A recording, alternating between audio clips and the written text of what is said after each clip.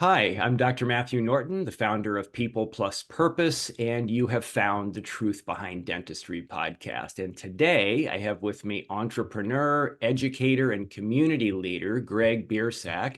Greg is the CEO and founder of Reach Service LLC, a company dedicated to helping service technicians succeed in delivering better and more innovative dental equipment service.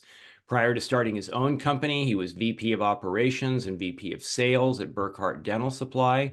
He served 9 years of active duty in the Navy, including as a Navy flight officer during Desert Storm and Desert Shield.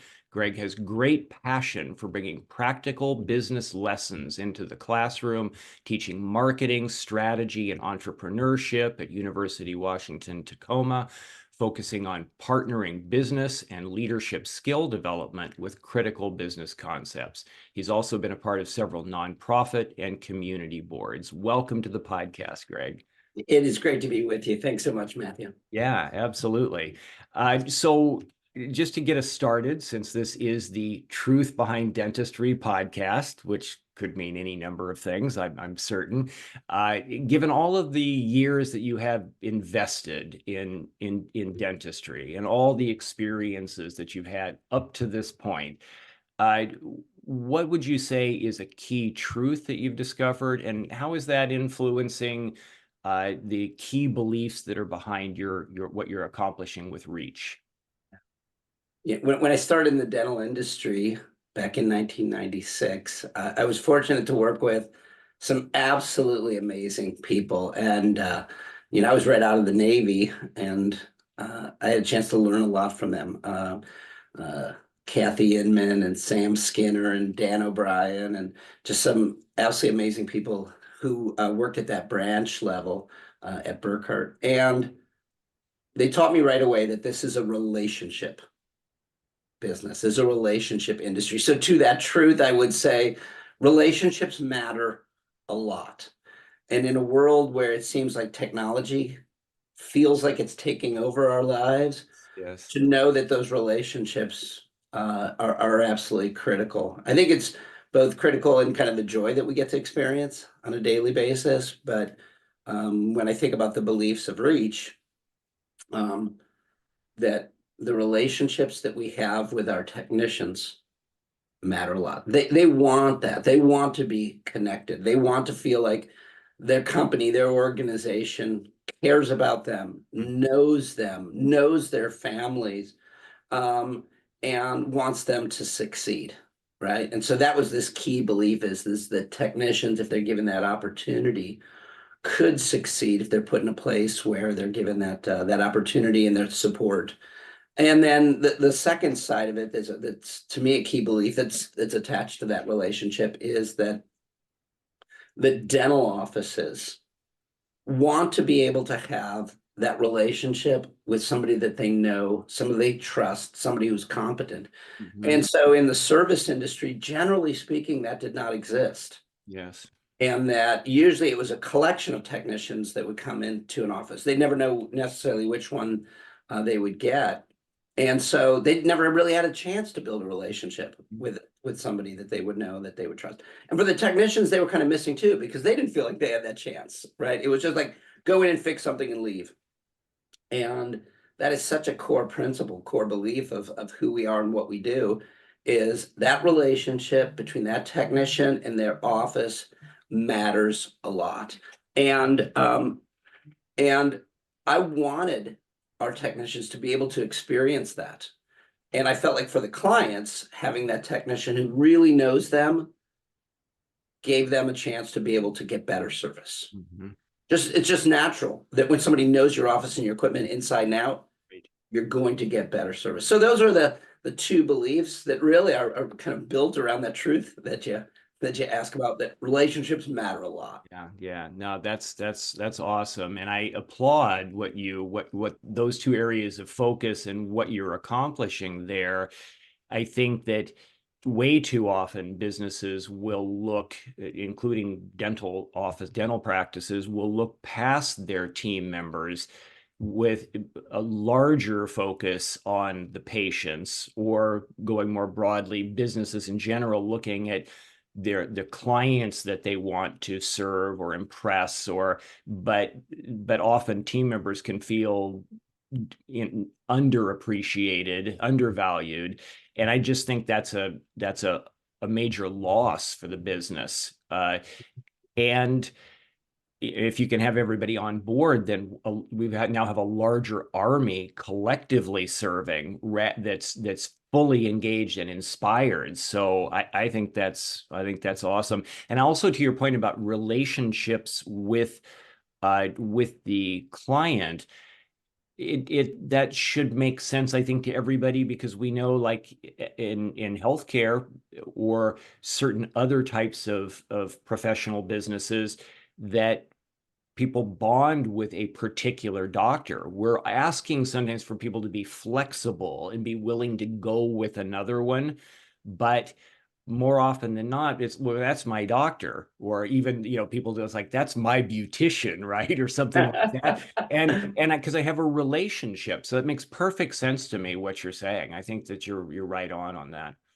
Thanks. I think when you talk about our relationships, right? I think about my hygienist. I like the fact that my hygienist is consistent. I like the fact that my hygienist knows my mouth, and then when I go in there, they're going to know, okay, here's the particular area that we need to pay attention to.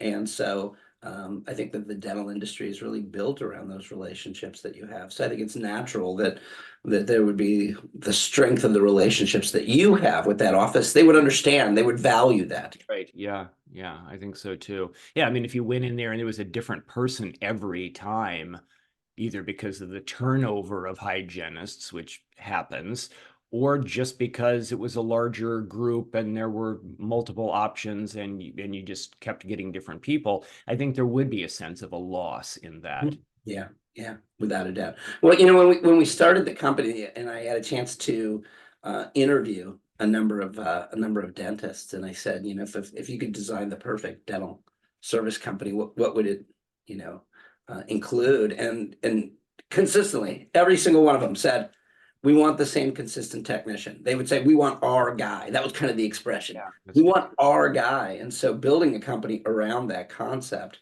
really kind of hit home on what they wanted, right? That was the critical thing that they wanted, and that generally didn't exist within the industry. Yeah. That makes sense to me. So that's, I think we've kind of started to cover already maybe what makes Reach unique in what you're offering. What other things would you say kind of characterize what makes Reach different from what else is being offered? Yeah. As we talked about that consistency of that technician, but I think that so closely connected to that piece is preventive maintenance, Mm, right?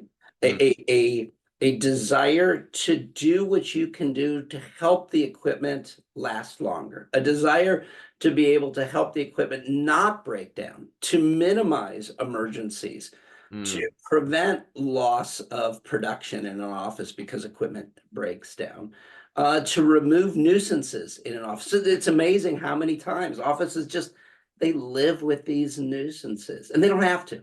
right. It's not necessary for them to have those nuisances. Just a little example, right? And so if you're in an office, and you could probably relate to this if you're hearing this, your tubing on your hand pieces or your HVE or your saliva ejector, over time, they get stiff, they get brittle, they're not flexible, and people are fighting with tubing Mm-hmm. every day. Mm, That's not necessary.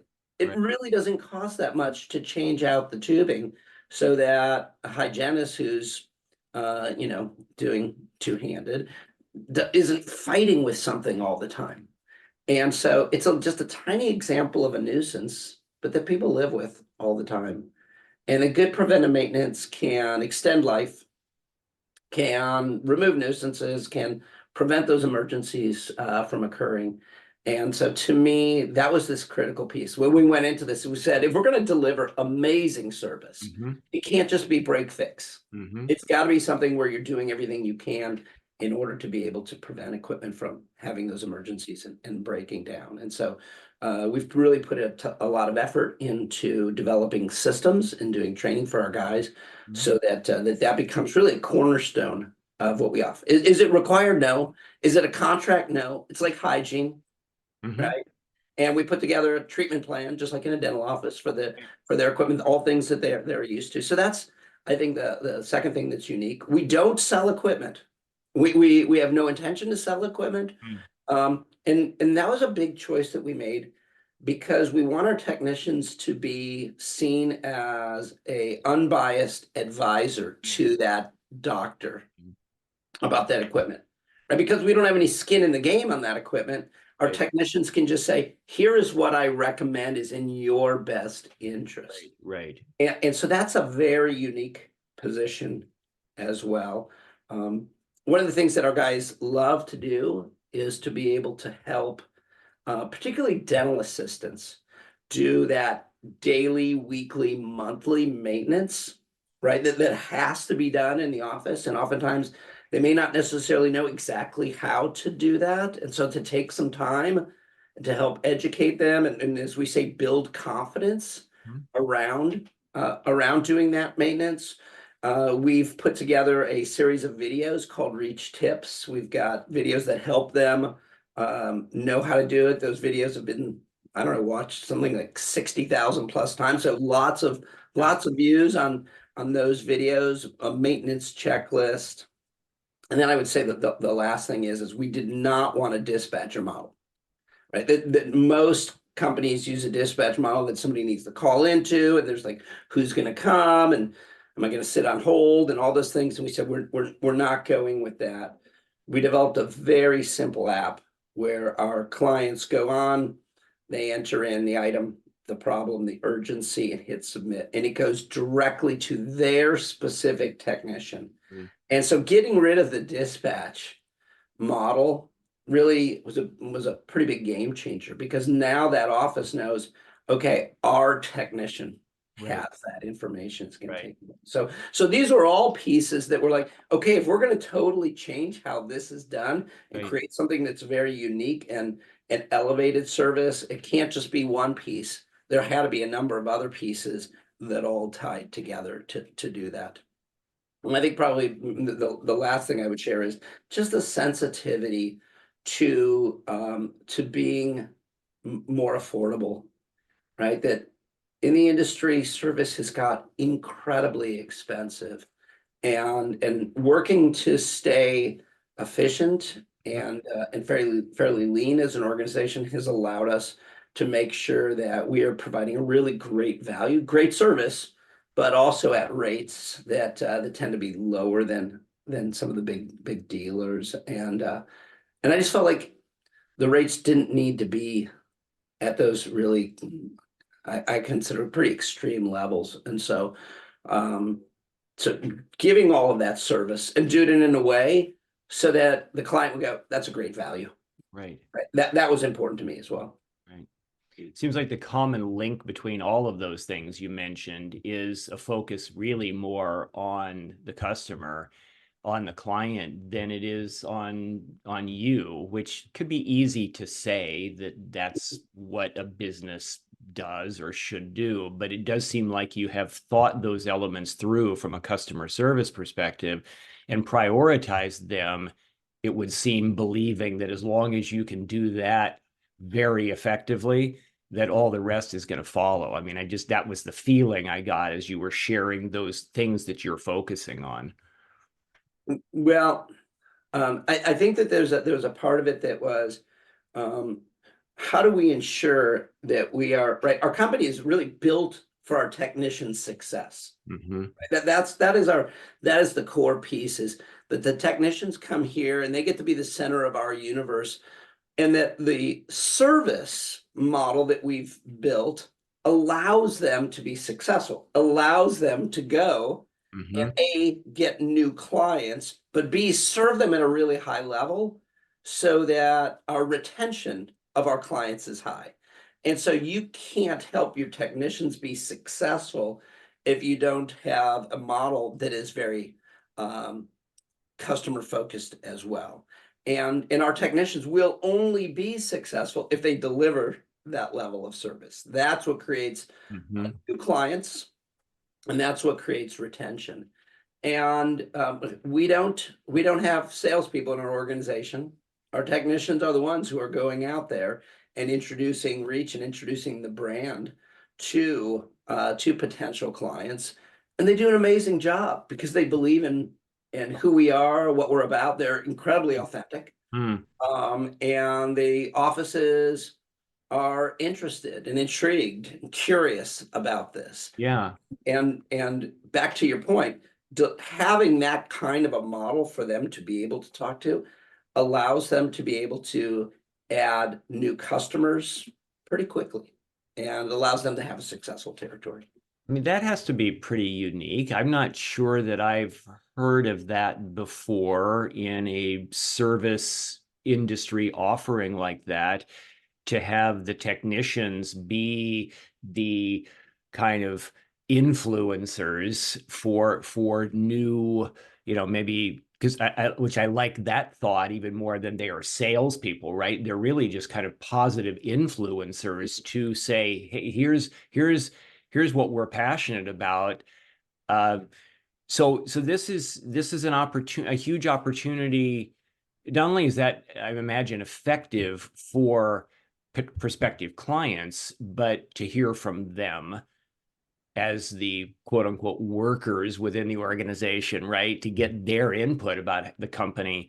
But what an opportunity for the technicians then. They are able to achieve more financially, I'm guessing, as well, Yes. because of their efforts. So tell us a little bit more about that model. And I'm hoping that everybody listening could extrapolate some of those insights even for their business as to how that how they could use that more in their dental practice. Mhm. Yeah. And so the technicians, as I said earlier, they're very authentic and they have the stories that come from the other offices that they serve. Mm, The situations that came up, the insights they're able to provide, they're not telling somebody else's story. They're telling directly their story. And so stories are much more believable. hmm And when somebody says, here's a situation that occurred for me and hmm one of my clients, hmm and here's what we did in order to be able to remedy that. hmm Now people get pulled into Right. that Yeah. story because the technician is an actor in it. Right. Hmm. And so I think that it becomes so much more believable hmm when that's the case. And all the guys that we hire are all are all very competent communicators. Mm. You have to be in order to be a reach technician. And so their ability to be able to tell a good, accurate story um, is a common trait. So that's Yeah. part of your screening process then, really, as you interview prospective technicians, not just that they are adept from a technical mechanical standpoint, but that they can communicate. Without a doubt, it is absolutely critical that they can do it not just for gaining new clients, Mhm. but being able to communicate effectively regarding a preventive maintenance. We call our preventive maintenance program recare, and every single recare that we do includes a recare recommendations that we always meet with the client for usually 15 to 20 minutes after we do a preventive maintenance session. And you've got to be able to communicate well in that. Mhm. You've got to be able to Mhm. communicate the things that look good in the office, the things that need attention, the things that might be critical. And if you struggle with the communication side of it, you're going to struggle with whether getting new clients or taking care of your existing clients. Yeah, that's powerful to me. I'm increasingly impressed, actually, because as a, with my company, People Plus Purpose, and working with leaders, working with teams, communication. I mean, whether you're talking inside or how communication is going to, out into the community, et cetera, is a key issue. I mean, it's probably the number one thing that comes up over and over again that I end up working on, because for many, where did they learn how to be great communicators? For dentists, for example, working with them as leaders of their practices, when were they taught along the journey, these people who are often genius smart and incredibly technically skilled, where was all the emphasis on how to be a more masterful communicator, a more masterful leader of people? When did that get discussed? Or my emotional agility to be able to navigate situations. It's like some of those things that I would recommend if anybody was asking me to be part of the training preparation. So I think it's awesome that you are prioritizing that and again, in an industry uh, that I don't know any, but I haven't seen great communicators historically in my life, people who are repairing things. So It is fun to both find those awesome technicians, right, who do possess those skills, and then to provide the encouragement and the support for those skills to really flourish. Um, that a number of them were in situations where, like, go there, fix this, leave. Go there, fix this, leave. And I didn't want that. I wanted these guys to be able to build relationships. One of the things that we talked about is that everybody in that office is somebody to be able to touch base with, right? Oftentimes, it's not common for a technician to come in the back door, fix something, and leave. right. And we say, people at the front desk, just go say hi. How you doing? Right? Ask everybody that you can to, but without being a nuisance. Is there anything I could take care of for you? Right? Oftentimes, a hygienist might get ignored a little bit, right? Because they're in there, they're doing the hygiene. Somebody might not come to their, how's everything working in your operatory? Right? Just those small, subtle little things. And when they have that opportunity, when they have that encouragement to be able to do that, it's fun to see them continue to build those the strength of those relationships, and and it makes it so much more joyful for them. Yeah. Right? The kind of guys that we hire, they want to have those connections with people, and we try to do very similar things at the company. Our company is really highly connected. I'm very connected to the technicians. Ann Bear, who is our director of operations, incredibly connected to the technicians. The technicians, even though they're located in different cities around the country, they're all connected with each other. And so that communication, those connections and relationships matter a lot to the people who want to be part of Reach. Yeah.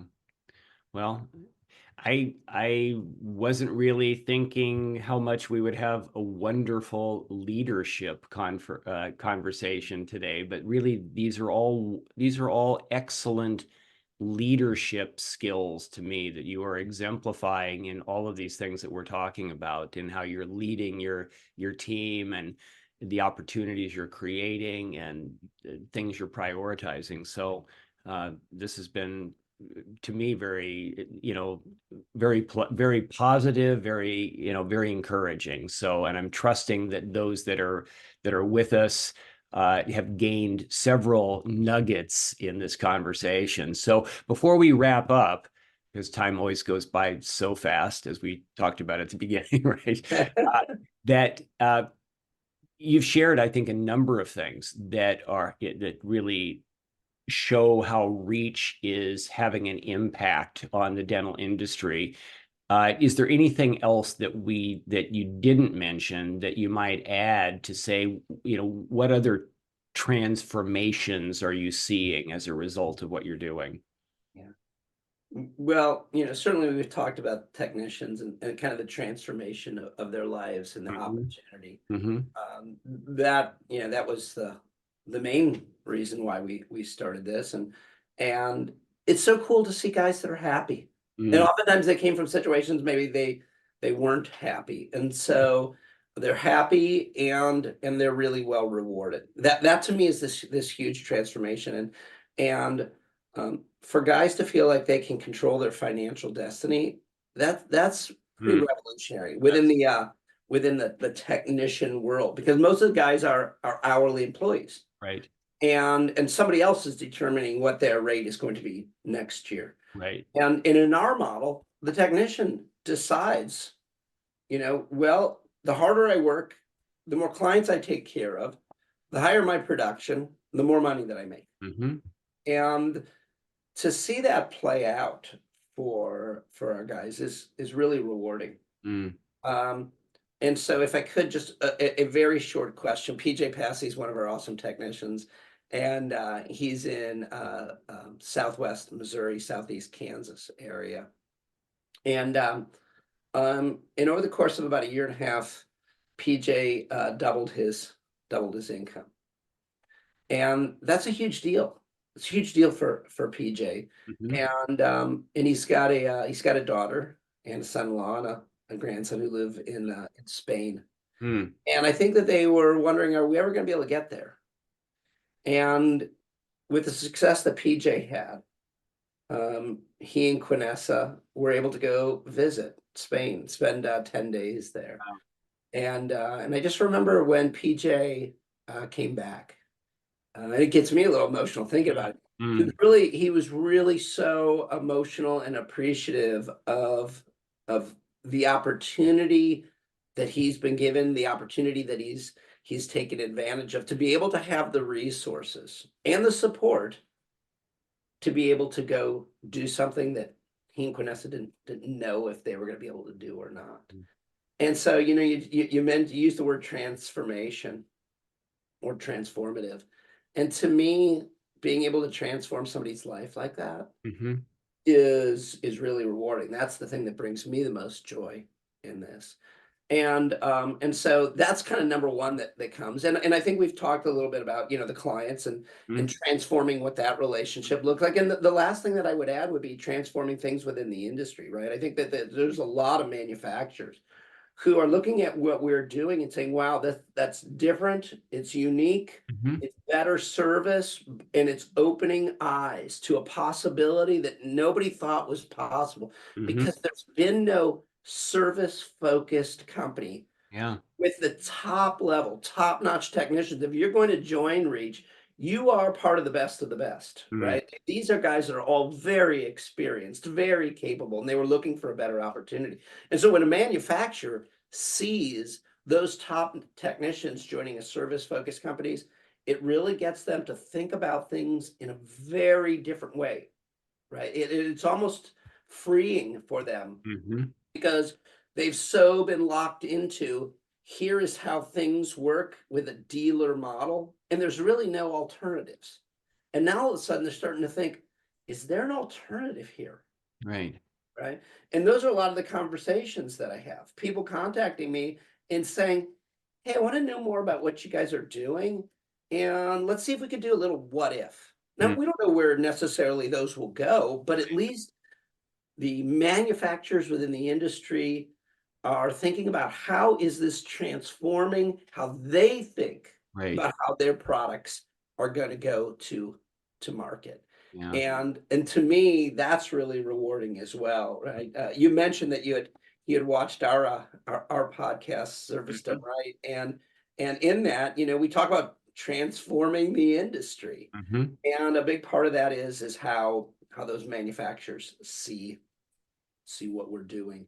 And so those three pieces, the technicians, the clients we serve, as well as the manufacturers, we hope that we are completely shaking things up and changing how it looks for each of those groups. Yeah, my sense is that you are. So I just go back to applauding the work that you're doing. I think there's something special there, and I'm imagining that people are wanting, when they come across what you're doing, are wanting to have some of your wisdom, and I don't know if that's something that's built into part of what you're wanting, is the ability to even coach others, in other business owners or other people who are saying, wow, how would I do that? But I could see you having that be something that would be a valuable offering, whether that's something you're seeking or not. But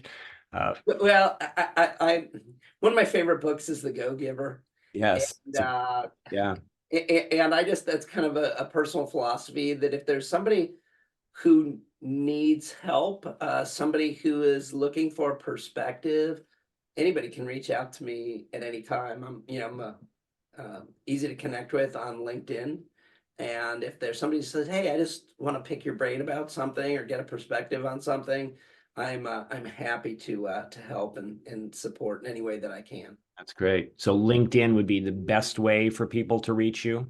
Yes, you could also go to our website, reachforservice.com. You're going to see that there's a section in there about us, and when you go, you'll see all the technicians, and then you'll see me at the very bottom, and my email address and my LinkedIn connection is there as well. So whether you send me an email or connect with me on LinkedIn, either way works fine for me. Okay, that's great. And I know that Reach is not yet, or I'm understanding, I guess I shouldn't say I know, that Reach is not yet a completely national company, right? There's some states that you are in, but you're moving in that direction. So I guess they can also find out by going to the website what states you're in, if those that are watching us say, well, I would like to get some of this service from Reach. Uh, in addition to possibly considering communicating with you, is that the best way to find out what's available where they are? Yeah, the best way is to go to the about us, Hmm. and they'll see all the technicians, and for each of the technicians, it lists what city they're in. I see. Okay. And so that way they can look at it and go, "Oh yeah, they've got a guy in our city."